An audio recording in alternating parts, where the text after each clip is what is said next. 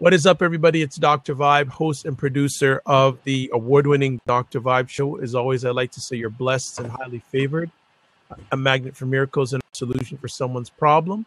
And I'm also a certified empowerment coach. And also, actually, I'm going to say this to Galen, because only one other person is on. I'm actually in the process of getting certified to be an executive coach. Ooh, wow.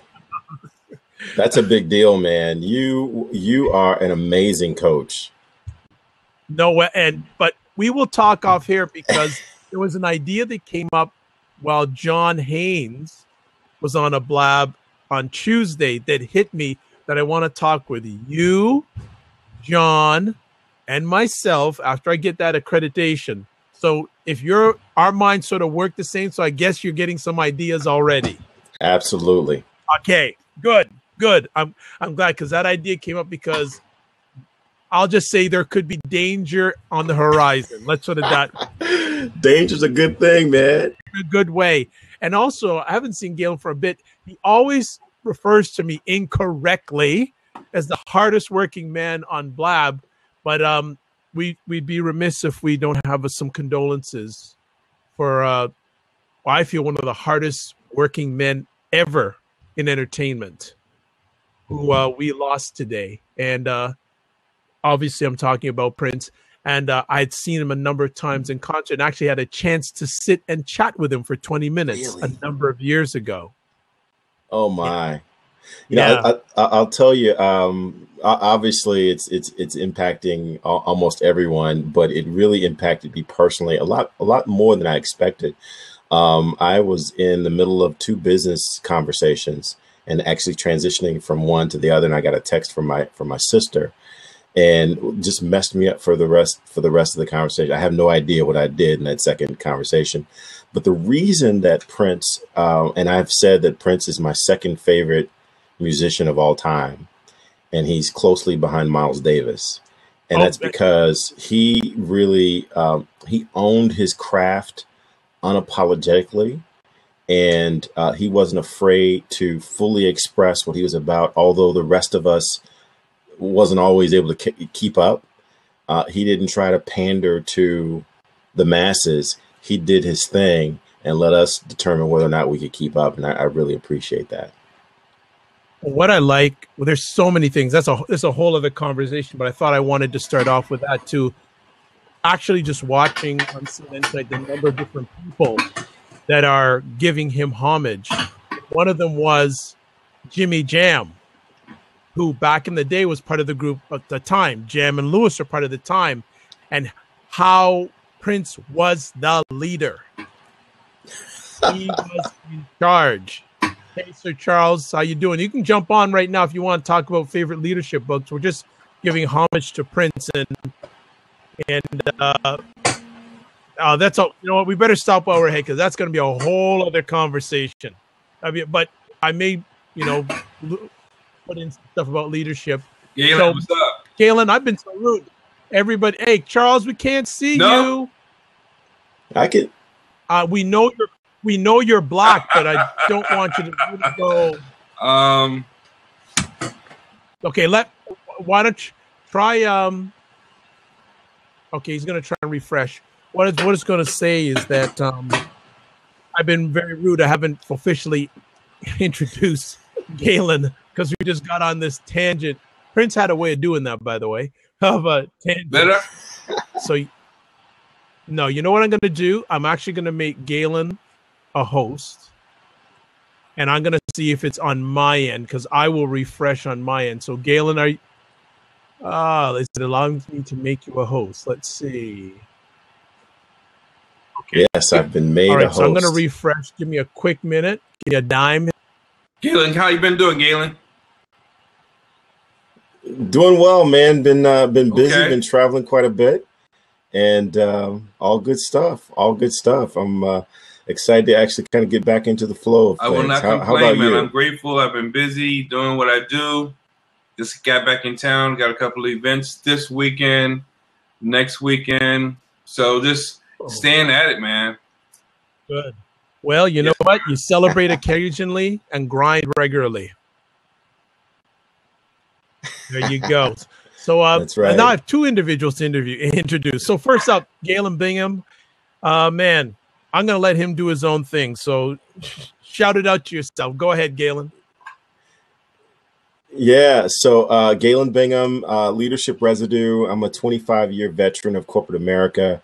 I've worked for some of the largest corporations in the world and created Leadership Residue as an expression of my commitment to helping leaders be effective. I'm really passionate about helping motivated leaders find their purpose, find their passion, so that they can leave the kind of inspiration that will last even far beyond their physical existence.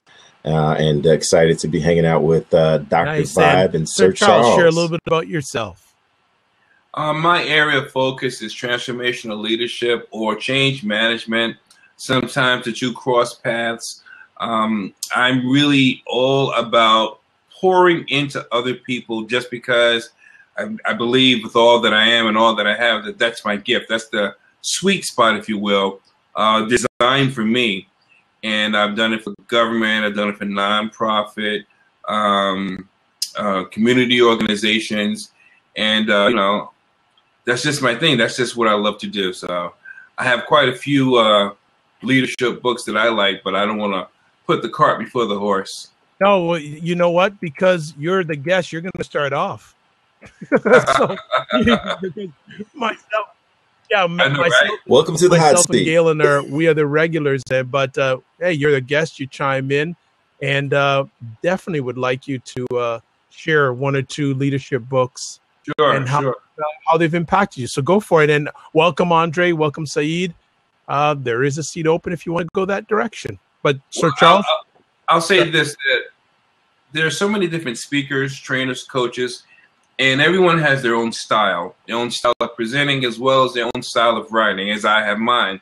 But I like Pastor John Maxwell, who I don't believe he's a pastor any longer, but he had the 21 Irrefutable Laws of a Leader and books like Failing Forward. And I found his writing spot on for me because, one, it was spiritual in nature, and there were many, many leadership qualities that can be used for corporate or for individual from a personal development side.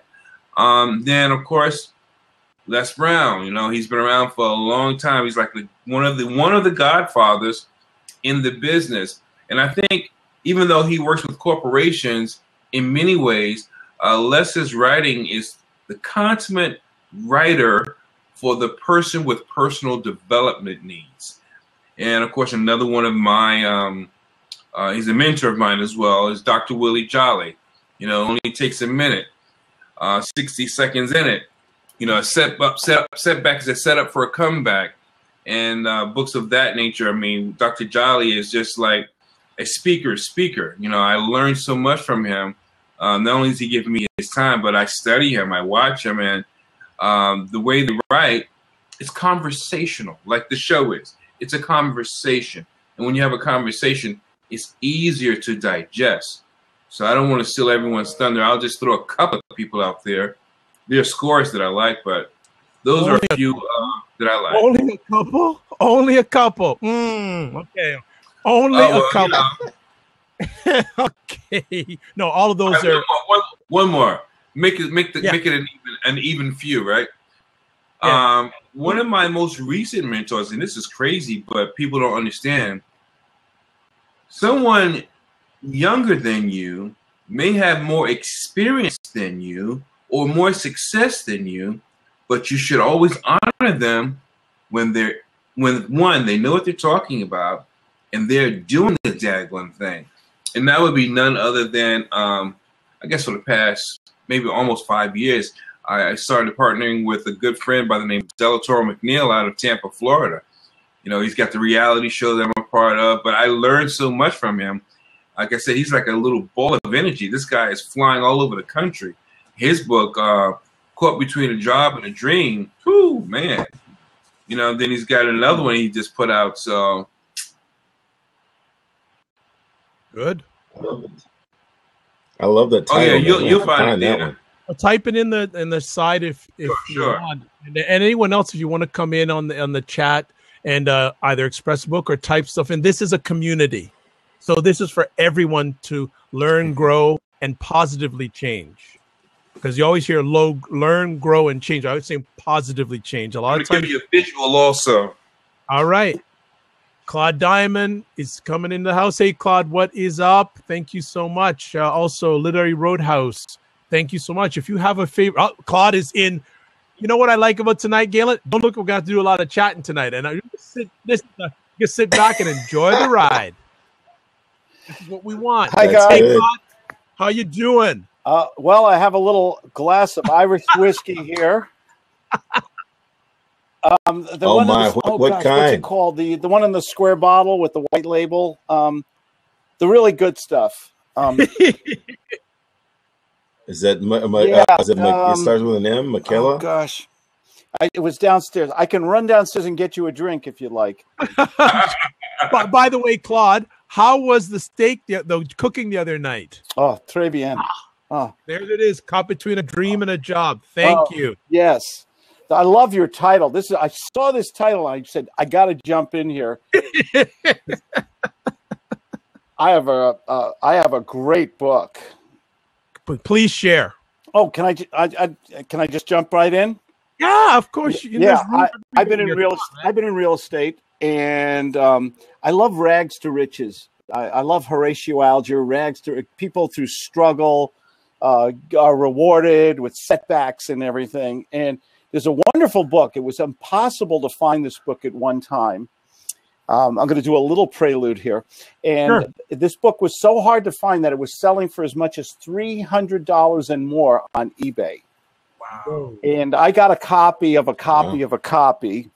Yeah. And now, sometime last year, they finally re-released this book on Amazon, on Kindle, for a very nominal fee, not hundreds of dollars, $15, $20. And the name of the book is one word. It's called Zeckendorf. Zeckendorf.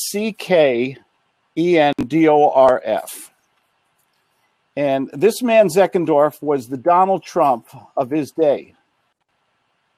And he basically he did things with real estate that nobody's ever done before. He thought big. He was a developer. He optioned, and he went from rags to riches a couple times and set back. The UN in New York City, we've all seen the new UN building on the east side of New York.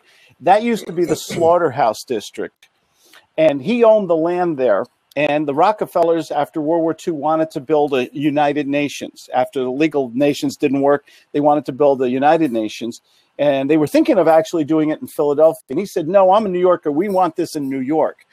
And he says, I'll give you the land for $1. And the Rockefellers said, no, we were prepared to give you a lot of money for this land. It's valuable land. He says, no, I'm going to give it to you for $1. What they didn't know is that he had options on all the surrounding area in Lower Manhattan, because he knew the value of the neighborhood would explode if they built stories like this are in this book. If you're into real estate and business books and that kind of thing. And to me, though, the individual just through sheer force of will, building this multi-million-dollar business when $1 million was really $1 million. It's why it's one of my favorites.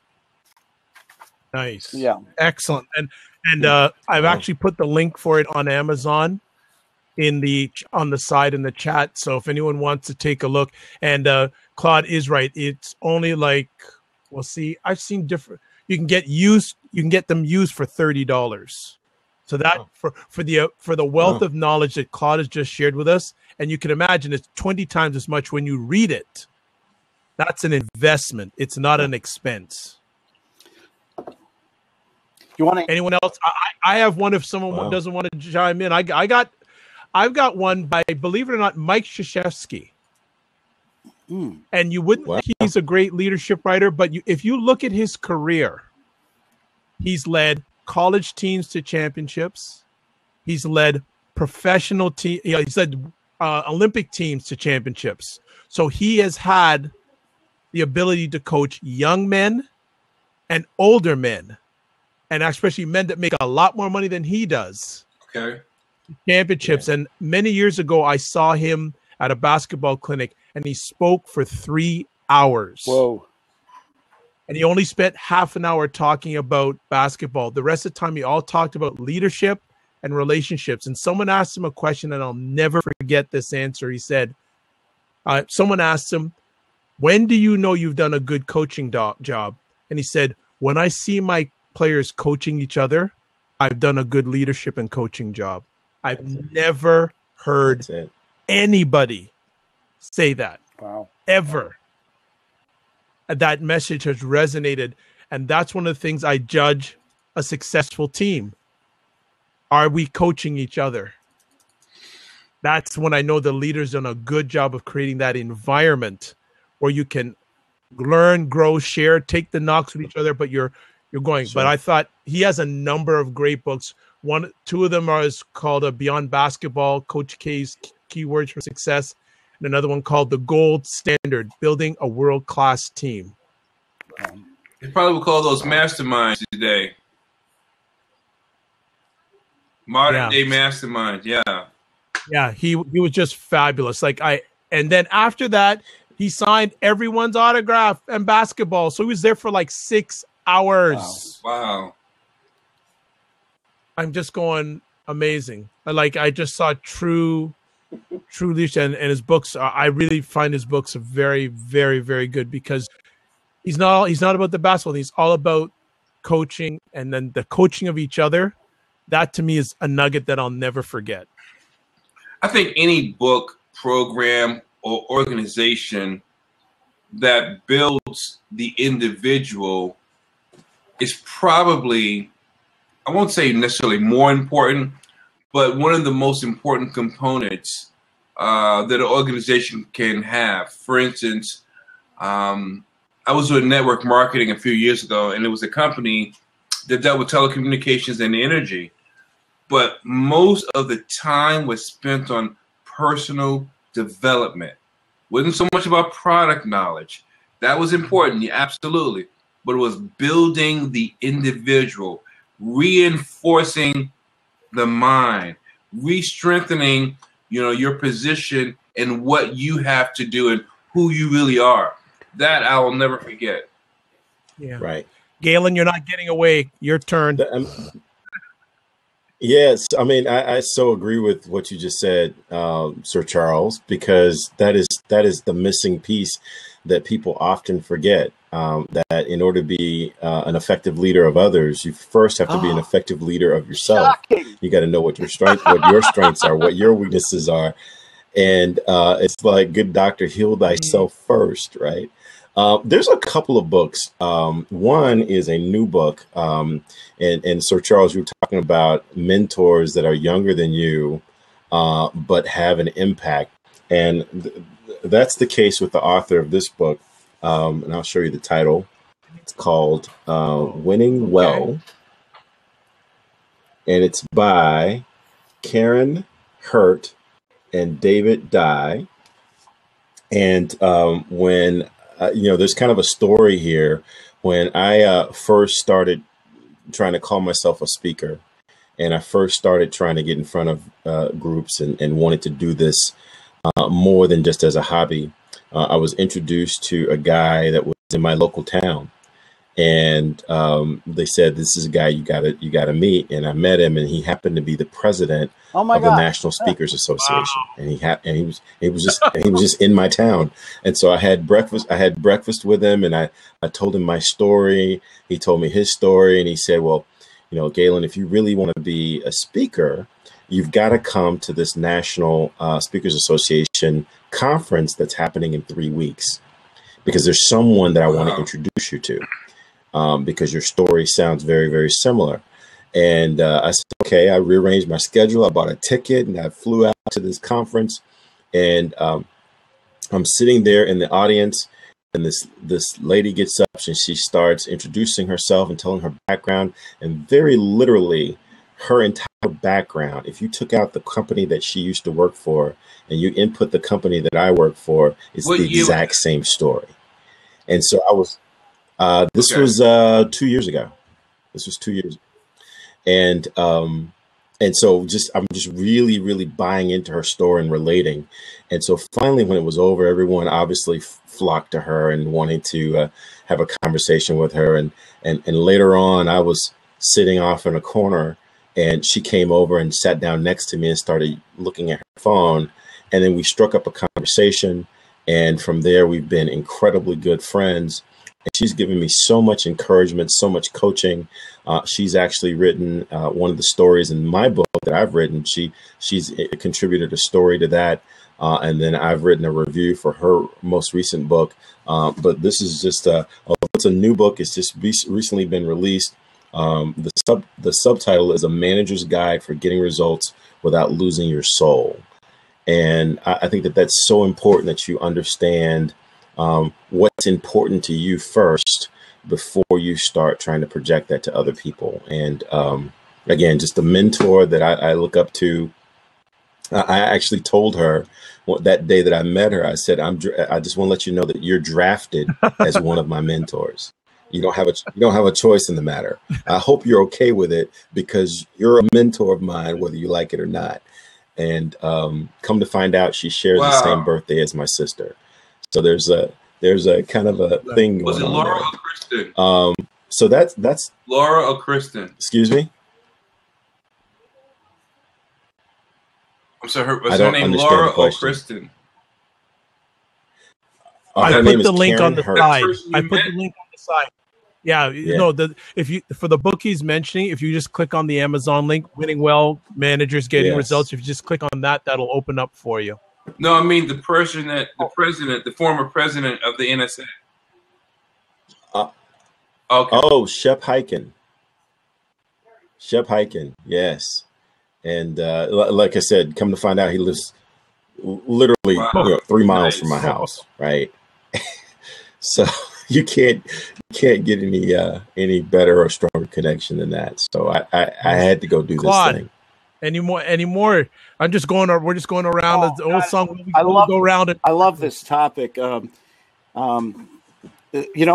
Just what Galen said. The word that comes to my mind, that I do coaching all day long, sales and real estate and social media, and the one word I like that you are kind of discussing right now is self-awareness. What are your strengths? Let's be totally honest. What are your strengths? What are you good at? And are you capitalizing on those strengths? And if I can get people to say, hey, man, I'm strong in sales. I don't mind picking up the phone and talking to pulling wallpaper. Man, why don't you do more of that? That kind of thing. So I liked what you said. Thank you. I just want to build on that, because there was a time that I didn't have confidence and I was afraid to get the answer no. And then I read a book. The book's called Go for the No. Oh, new book. And it's written by Richard Fenton and Andrea Walsh. And the subtitle is Yes is the Destination, No is How You Get There.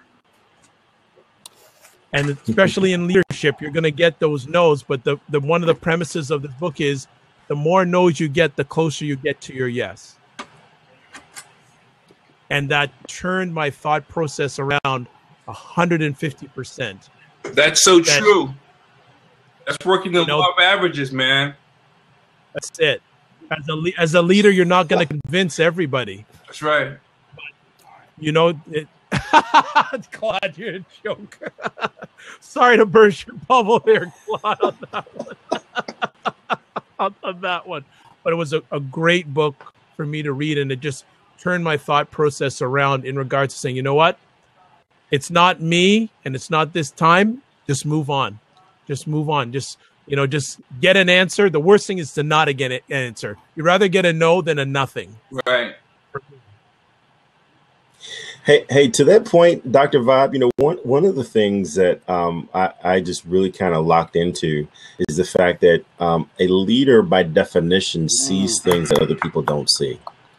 So the fact that you're seeing things and everyone else is saying no, that's a sign that you're doing something right? If you don't want to be the kind of leader that says, let me figure out where everyone's going so I can lead them there, right? You're supposed to be leading people into places that they don't know is possible. achieving things that they didn't know that they could even dream of. And so I just, again, the definition of a leader is you're supposed to see things that other people don't see. And so getting no is not a bad thing. I just came off a sales call. Gentleman I spoke with this morning, and then we had a second meeting.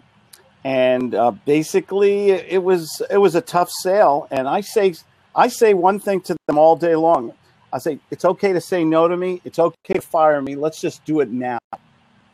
Okay, maybe I'm part of the problem, not part of the solution. We can still be friends. I do that all the time. Part of it is a little reverse psychology. Part of it is to be transparent and to make them think, hey, this guy's a little bit different. Anyway, here's the credit card. Results. It works. Results. I love it. Results. One of my favorite books. I love some of the old school books. Oh, they're the best. The old Dale Carnegie's, the Napoleon Hills. This will shock you, I even like The Art of the Deal by Donald Trump. I think there's behind that madman, there's a little bit of genius.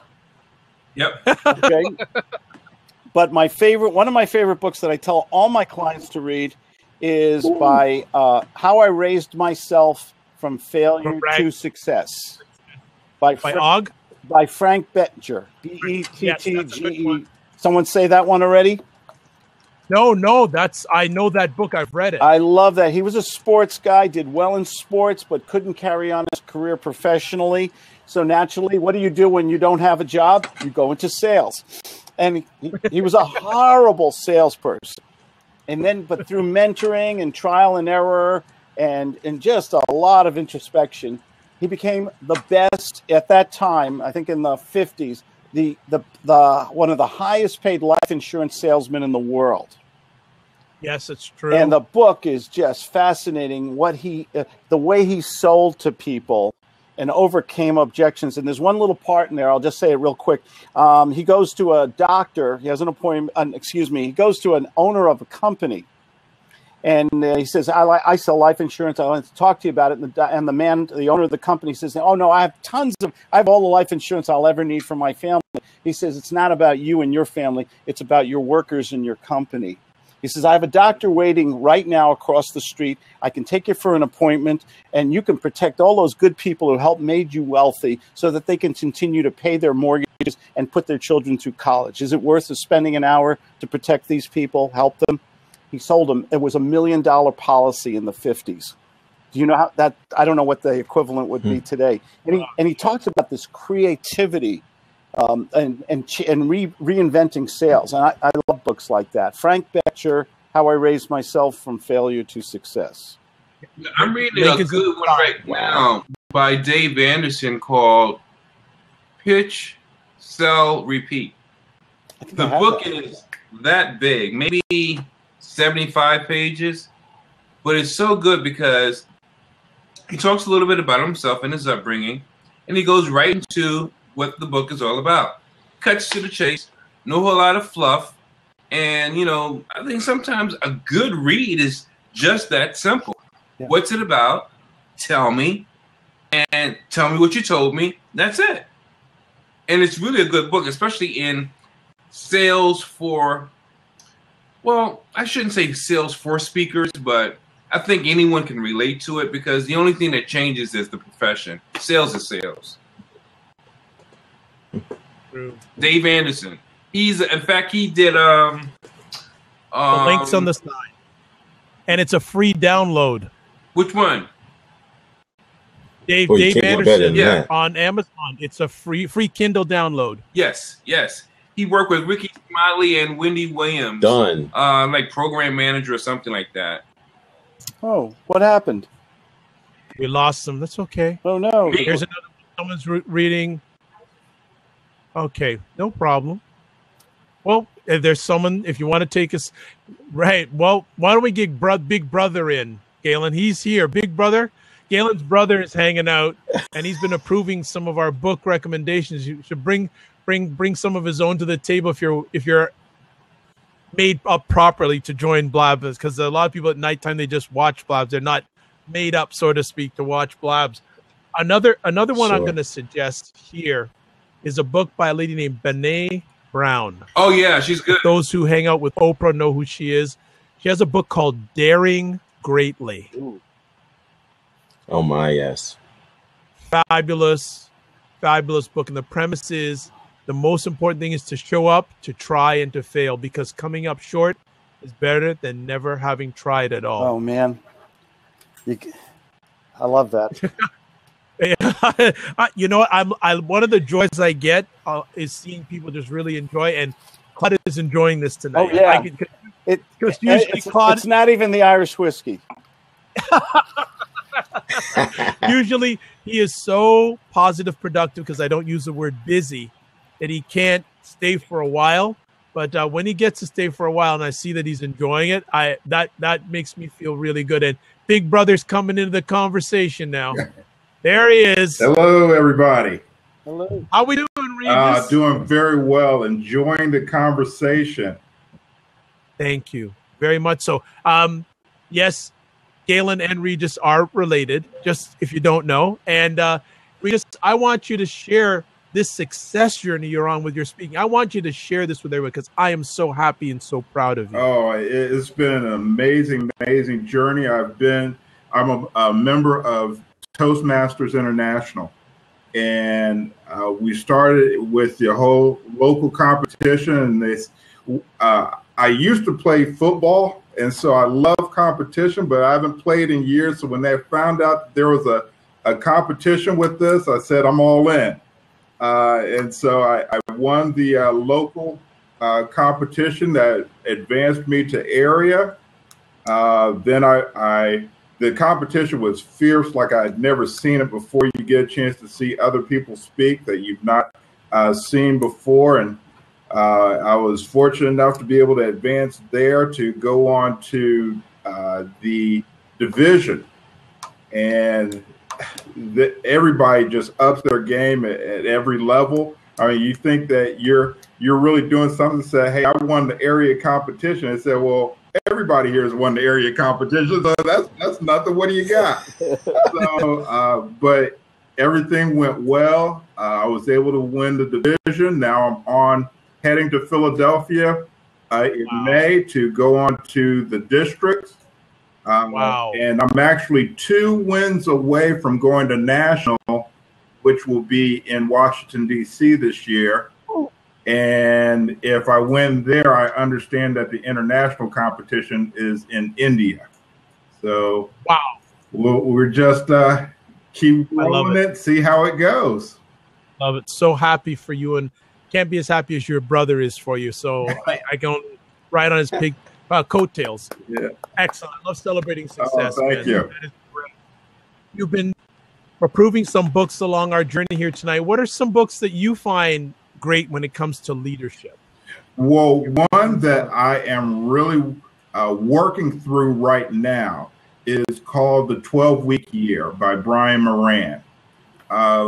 The company that I'm working on within financial services, it's a matter of we always work best typically in the months of November and December, or whenever year-end budgets are coming close, and we put it in gear and we really work. But 12 months is really a long time, and a year is really arbitrary. So what Brian Moran was able to do is capture the fact that let's break this down into 12-week chunks.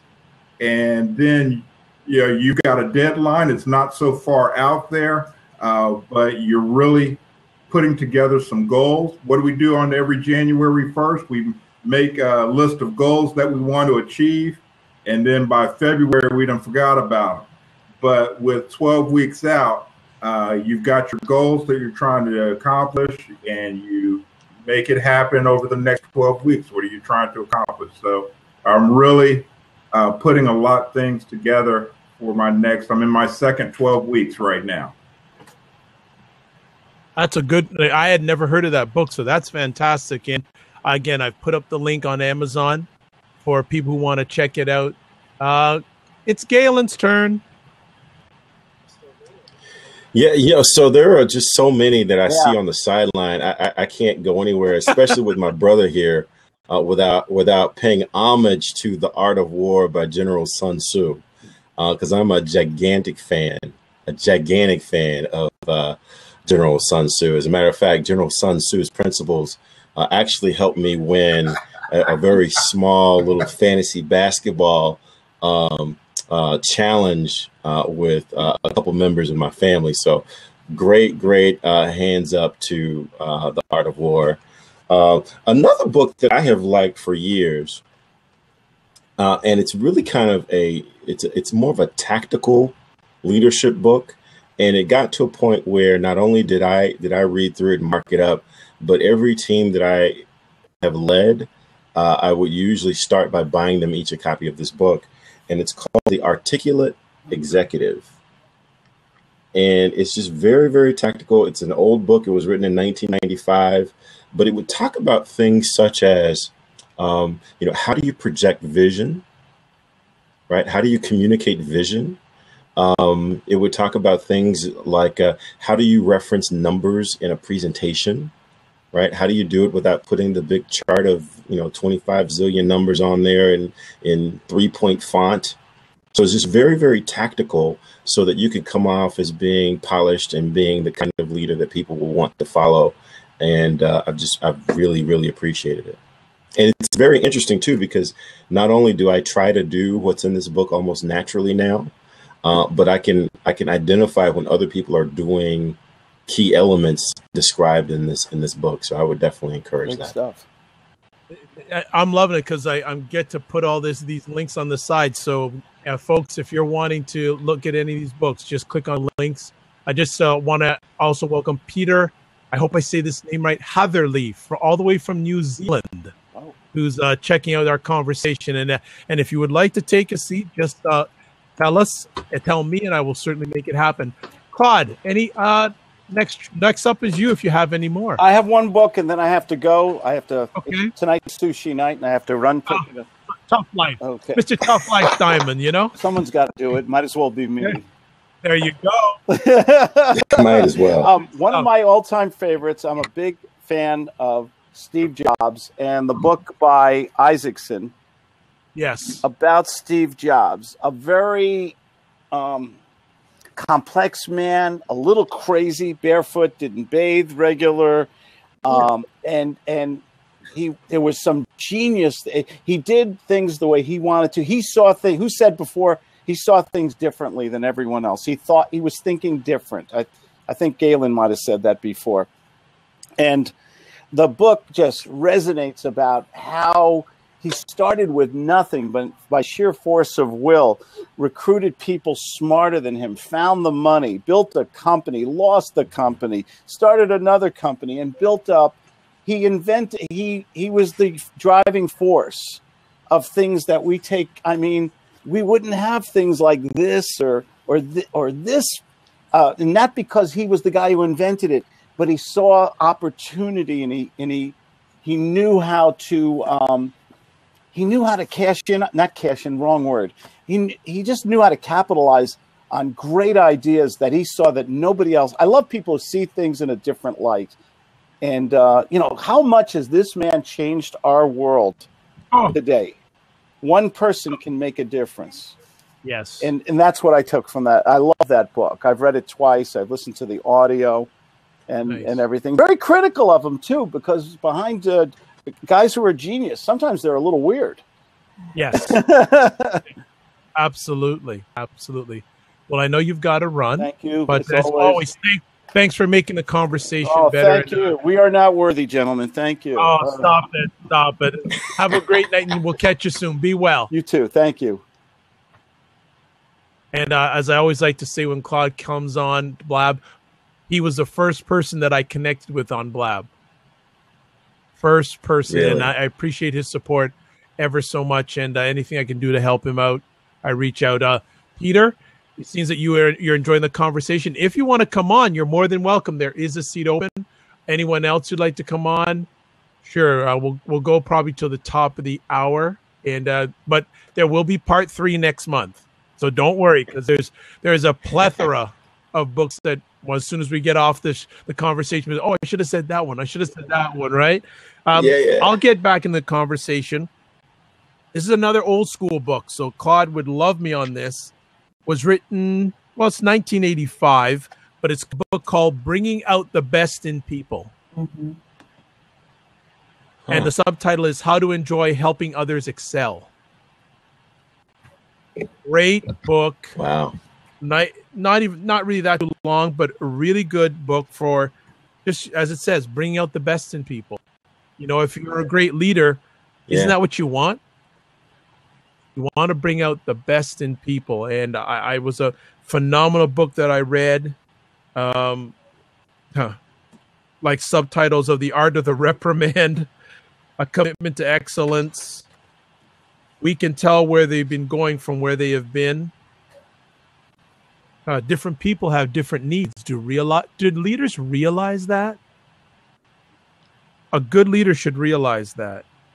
A good leader should realize, and the capacity, the nature of the human spirit. Nice little book that is a good read. Another classic. And the more and more we do these things, I'm going to go deeper and deeper into the library and go and blow some dust off on some paperbacks and some hardcovers. So next up, Mr. Regis. Any other titles in your repertoire? Well, when we're talking about leadership, you've got two ways of doing it. One, you can get behind people and push them, or get in front of them and actually lead. And if you're going to get in front of them, it's a matter of setting the example and doing the things that you would want others to do. And as a result, one of the things that I went out and did was get my certification in clinical hypnotherapy. And there was a book by Robert Dilts. He's one of the founders of neuro-linguistic programming. And I would highly encourage you to read it because it talks about the structure of language and how you could be saying something and people just don't get it. They don't understand. But if you just change the structure in which the way you say things, it would take on a totally different meaning. You're able to get a whole different result. Talks a lot about how our brain really thinks and how we process information. So if you're wanting to change the way in which people respond, you can actually change the way information is processed. So that's one that is kind of an old favorite that is just now become a part of me and a part of just what I do. But that's Robert Dilts. How do you spell his last name? Dilts. Okay, there we go. TS. Okay. And right along with that, just because of what I do, anything that you find on Milton Erickson, because he's the master when it comes to changing behavior, just by the word choices that he uses and the way he's able to do things. We were in an exercise when I was going through my certification, and we decided to go to a club, right, a bar. And that's the wrong place to be when you've got about 20 people that are studying language and how to motivate people. And so they came and said, well, the seating is full. There are no seats, right? And the instructor steps up and says, well, you can seat us now, right? That's all he said. He said, well, you can seat us now. He said, well, wait a second. Let me go back and check. And then a few minutes later, he comes back and said, okay, we have a seat for you now. I was like, dude, how did you do that? He says, instead of asking, well, is there anything that you can do? Or what can be done about this? We're here waiting. He just said, you can seat us. And then the last word they said that was really key to that whole structure was now. He said, you can seat us now. And Let so me, let me ask: is the name of the book the Neurolinguistic Programming, Volume 1, The Study of Structure of Subjective Experience? that's it. That's it. That Okay. is it. Let me put that in the side. There's a link to that Love one. that book. Yeah, so there's another gem in the from the vault. We're bringing out the vault stuff. Galen? Yes. Yeah. Speaking of the vault, there's a book that I'm rereading because the first, my dad actually had this book. I think he bought it in 1979, and it sat there on the bookshelf. And when I started to get close to graduating high school, he assigned it to me to read. And of course, I kind of thumbed through it, and I read every other page, maybe. But now that I'm reading it again, it feels like the book was written 3 months ago. And the title of the book is Black Life in Corporate America. And when I was reading this book, it's kind of impacting me two different ways. Number one, personally, I've been in corporate America for 25 years, and most of the time I've been Black. So just that experience and being able to understand. You brought some from the outside in on that. Most of that time. Most of that time I was Black. So personally, being able to read stories from other people and being able to relate to those stories where when I was going through similar things, I thought it was just me. I thought it was just the way I was approaching or the way I was viewing things, and that wasn't getting the reaction that I was looking for. But reading several of the stories in this book, I realized that there is a theme there. There is something else going on. And so the way that it strikes me as a leader is, how do you make sure that regardless of the culture that other people might be in, how do you maximize what you're getting from them? Because you want to create an environment, very much like what you said, Dr. Vibe. You want to create an environment where everyone feels comfortable in bringing their best. And the stories in this book talks about hundreds of people, if not thousands of people, that didn't feel comfortable in bringing their best. And there was one line in this book that has definitely got me messed up right now. It said that that corporate America will never ever be able to compete on a global scale the way that it likes, because it is not allowing all of its members to compete freely. And I was like, wow, as a leader, that's gotta be troubling to you. If I'm charged with leading an organization of thousands of people and not everyone is giving me their best, seems like something we need to fix. So I'm rereading it. I'm halfway through it. I'm kind of concerned because my dad has asked for the book back, but I feel like if you've got it for 25 years, it should be yours, right? So who's good? So I guess, Regis, you're going to decide that argument? Hey, there are some arguments you just learn to stay out of. That's not being a leader. Well, it all depends on the vantage point you take. Because some of my leadership decisions is, actually one of my mentors would tell me all the time, the more you do, the worse they'll get. So sometimes you've got to allow other people the privilege of failing. So it's not always making decisions for them and telling them what to do. Sometimes they have to make decisions for themselves. Hey, consistent with that, one of my previous managers used to he mastered the art of not acting. And you could tell that was really, really hard, because when you see something and it's broken and you've got the solution, you want to fix it. And he would just sit back and he'd bite his tongue and he just let the thing break, because he knew that there was a learning opportunity afterwards. And we'd have that conversation afterwards. But he just really, I felt like he was mastering that. And it got to a point where I would start attributing skills to him that he might not have had. He might not even had the answer. But because he was so good at letting me do, what I felt right, and then we'd have the conversation afterwards, I just attributed a lot of behavioral admiration to him. Yeah, and that's one of the things that I've learned to do as well, because if you're in the position of always telling people to do things, the success or failure hinges more upon you, as opposed to I've learned to ask, so what do you want to do about it? And well, I want to do X, Y, and Z. I said, okay, well, give it a shot. Let me know how it works out.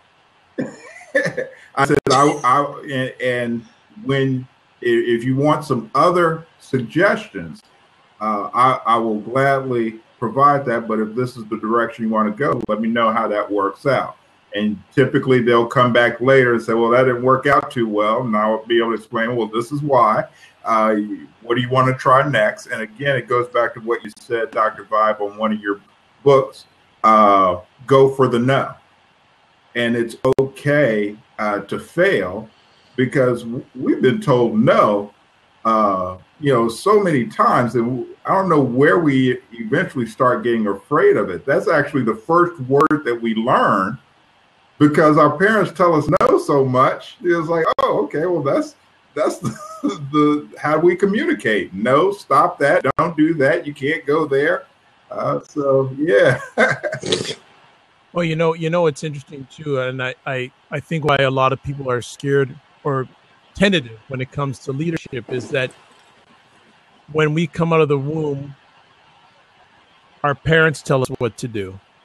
When we go to school, our teachers tell us what to do. For many of us who are working, our bosses tell us what to do. So a lot of times, many people don't get the environment to become a leader because they're always being told what to do. They're so used to being told what to do that it doesn't come into their mindset, there's something else. We're always told so much to do. And that's the easy path, right? I mean, it's easy to go to my boss and say, hey, so what do you want me to do here? Right? Because I don't own it. I don't own the result of that. But if my manager says, well, Galen, what do you think needs to be done? Now I'm putting myself out there, and that's kind of scary. There's a chance I could be wrong. But that's how you develop the organization. Shout out to two people who come in, Robert D. Lewis, the Lend 2 TX, and also Pastor Tony C. Davis. If either one of you want to come in for the last few minutes of the conversation, if you have a book on leadership that has influenced you in a positive way, or a book you'd like to recommend good about leadership, there is a seat available. Would love you to jump in for the last few moments of the conversation. But let's see. If I could just jump something in that you were talking about, people just afraid to think and being able to go. I know we're talking about books, but just saw an interesting video of this guy named John Holt that was talking back in the early 80s about homeschooling and the effect that our educational system actually makes us stupid, and how it really stifles our natural curiosity to learn things and to go after what it is that really interests us. And the public school system really stifles that and says, look, don't become curious. You just learn to memorize what it is I tell you to do and regurgitate what I tell you to do. Learn to follow some rules. Yep. And so that's really a part of the whole schooling system. Before I get to S. Beverett question, I'm going to build on what you just shared, Regis, coming back to a book title. One of the great books, Think and Grow Rich. I love it. Oh my gosh, I'm reading that right now. A lot of people read it. Right, they want to get rich, but they don't realize you got to think. Yes. You got to think to get rich. You just don't get rich. You got to think and grow rich. Mm-hmm. Okay, I will let Pastor Tony on. Sandra, don't worry. We will not finish the conversation without addressing your question. It's a good one. And then on top of that, you also got to do Think and Grow Rich, a Black choice. There you go, too. Wait a second. Hold up. Dude, you can't be taking my choices before I get to you. You're out of order. Pastor Tony, what's up? Hey, sir, how you doing? I am blessed, highly favored, a magnet for miracles, and a solution for someone's problem. How about yourself? I'm doing great, doing great. I just thought I'd stop by. I saw you pop up, and so I joined in. Thank you. Any books that have influenced you in roles of leadership that you'd love to share with our audience? Well, I'm sure everybody possibly has mentioned, I just heard you mention Think and Grow Rich, the 21 Irrefutable Laws of Leadership by John Maxwell. I have all of his books. And I have a book by Dr. Benny Goodman. It's a book on Christian leadership, being an effective Christian leader. So that's another book that has influenced me. If I can pull that up. What was that again, Tony? Benny Goodwin, Bennie, Goodwin, Goodwin. Mm-hmm. It's a basic guide to Christian leadership. Hold on here. Goodwin. I'm going to try and it's and an find old book. I mean, it's. It is old because I can't even. That's Benny and then Goodwin, Goodwin. Yeah. Whoa, that's Benny Goodwin. See, that was. Okay, I'm just going to give another try. No, I can't even find it online. That you've got a good one. Yeah, it's. How old is it? Oh, okay. I had it spelt wrong. Okay, hold on. Now we have some hope. More hope. Any good one?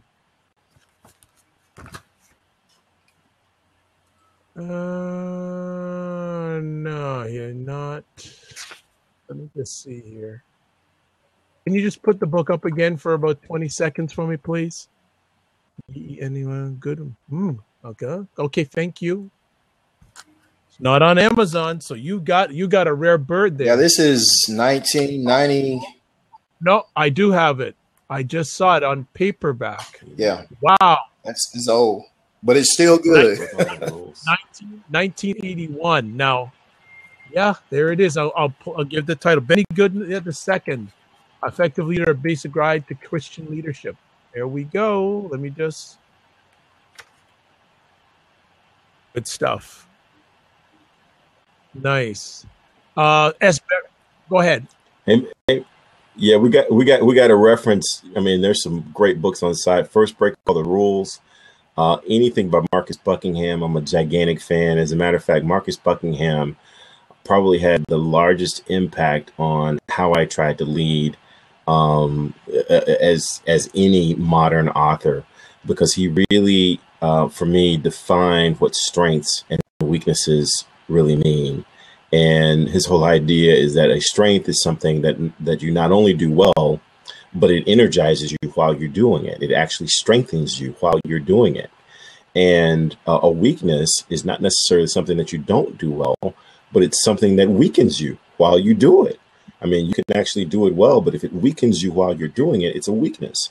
And based upon that book, I then tried to organize the projects that I would divvy out to my teams based upon their strengths. And I tried to work around their weaknesses. And what I found was when you do that, people are going to give you not only what you ask for, but they're going to give you extra because they're actually enjoying it. And that was just so enlightening to me.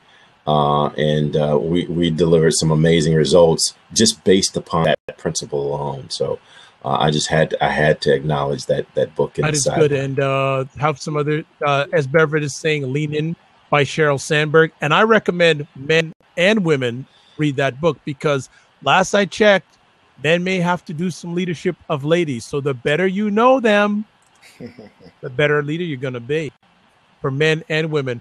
Also, The Four Agreement by Don Miguel Runzi. Another good one. Link is there. Then S. Beverett has a question I'd like all of you to answer. do you believe there are people who are natural leaders? Me personally, I believe they are. They may not know they're leaders. They have to be developed. Because I think about David. You know, David didn't know he was a leader. He was developed. You know, I have to go back to the scriptures. Moses didn't know he was a leader. He had to be developed. He had to be trained. God had to show him. And me personally, I didn't realize I was a leader when I was younger. I never thought about leading people. And I'll be the first to tell anybody, I didn't want this job. God did that. And I didn't see myself as a leader, but other people did. And so sometimes people have to help you realize your leadership abilities. And I believe many people possess them. They just don't know it. Regis. Well, stealing from the line from John Maxwell when asked that question, are people born leaders? He said, well, I've not seen any leaders unborn.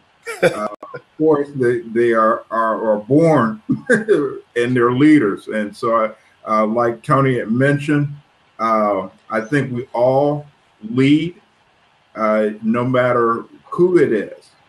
If you're a parent, you're leading somebody. If you are a teacher, you're leading someone. If you're just a group of your peers, somebody is leading. And so I think that everyone has some leadership abilities, and it's just a matter of how well you're going to use it and to what capacity. Yeah, I mean, since we're quoting John Maxwell a lot, I mean, my favorite quote of John Maxwell speaks to this, because when you think about it, leadership is basically influence. And John Maxwell said that we will each influence 10,000 people in our lifetime. So the question is not will you influence, but how will you influence them? So I believe that all leaders have to be developed. And there are some attributes that you just have naturally that contribute to being a leader, but there are still other things that have to be developed in you. So even Tony, even what you were just saying, the thing that had to be developed in you is the desire to lead, right? You had all these other natural attributes that contribute to you being a strong leader, but if you don't have the desire to lead, the first thing you got to do is want to be a leader. So I think all of us have things that have to be developed, but we have natural attributes that can make that road easier or more challenging once you decide that that's what you want to do. So I don't know if that answers the question from the side. You guys covered it well. You covered it well. Let me ask then, with all the great suggestions that have been put out here and you gentlemen who are on here, when do you know a leadership book resonates with you?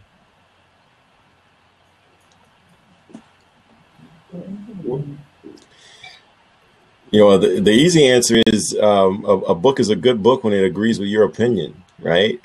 So when a book seems to reinforce your point of view, then it's a good book. For me, anything that causes me to think differently about how I've been doing things, or any book that causes me to take on a different perspective is worth my time. And you know, I've started reading Think and Grow Rich because everyone that I've talked to, everyone that I've listened to, everyone that I've read all reference Think and Grow Rich, and I haven't read it. So I need to fix that. And it's causing me to think differently about some things I've done in the past. Regis. Well, I think every book is going to be a good one because it's going to, at some point in time, whether it reinforces what you're already thinking or stretches it or challenges it.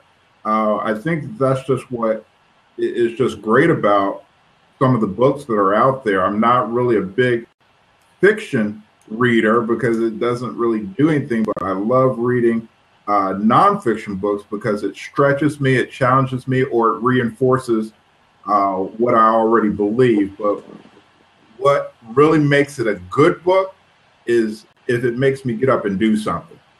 Yes. You know, if it's just one of those, that was nice, never thought about that. it really didn't do anything. But if it actually makes me get up and move, then I would think that would qualify as a good book. Tony. I agree with him wholeheartedly. When a book makes me challenge myself, see myself, and oftentimes get mad at myself because I can see some things that, I should have been doing a long time ago. And it bugs me, gets under my skin. Sometimes I can read something and I can get so angry because possibly somebody else had told me that before, but I didn't want to hear it. And so it again makes me get up and do something. Nice. Well, on that point, gentlemen, we are going to close off this month. I'll start saying this month's edition of your favorite leadership books, because it looks like it's going to grow. Oh, Artis, again, there's another classic, Les Brown, It's Not Over Until You Win. Oh, my gosh. Perfect. That is a great book. That is a great book. And as I said, they just keep on coming. They just keep on coming. So we'll end off this month's conversation with that title. I'd like to thank everybody who took part in the conversation, whether they just stopped by or they jumped on the screen. And before we let everyone leave, we'll give everyone a chance to give their contact information. So, Pastor Tony, you first. I can be found on my blog, TonyCDavis.com, TonyCDavis.com. You can type that in the slide if you want. And Regis, you're next. I can be found on my website at joinwealthwave.com/Regis Bingham, or you can email me at regisbingham@wealthwave.com. And my co-host, go for it. Absolutely. Galen Bingham, Leadership Residue. I believe that every success and every failure begins and ends with leadership. And I can be found on Facebook at Leadership Residue LLC, on Twitter at Leaders Residue. I'm on Blab quite often, usually hanging out with Dr. Vibe in some capacity. And my website is www.leadership-residue.com. And I've got 2 books on Amazon as well. Well, I am the host and producer of the award-winning Dr. Vibe show. As always, I like to say you're blessed and highly favored. You're a magnet for miracles and a solution for someone's problem. I was also a certified empowerment coach, and also going to be taking it up to Galen's level, God willing, in the next few months. And just say there's potential danger on the horizon with myself, Galen, and another gentleman, John Haynes III. But as always, I'd like to thank everyone who stopped by. It's appreciated, not taken for granted. As always, I'd like to say you're blessed and highly favored. You're a magnet for miracles and you're a solution for someone's problem. And here's my message to potential leaders and leaders. There is a phrase, heavy is the head that wears the crown. My question is, how strong is your neck? Until next time, God bless, peace, dwell, and keep the faith. Bye-bye. Bye.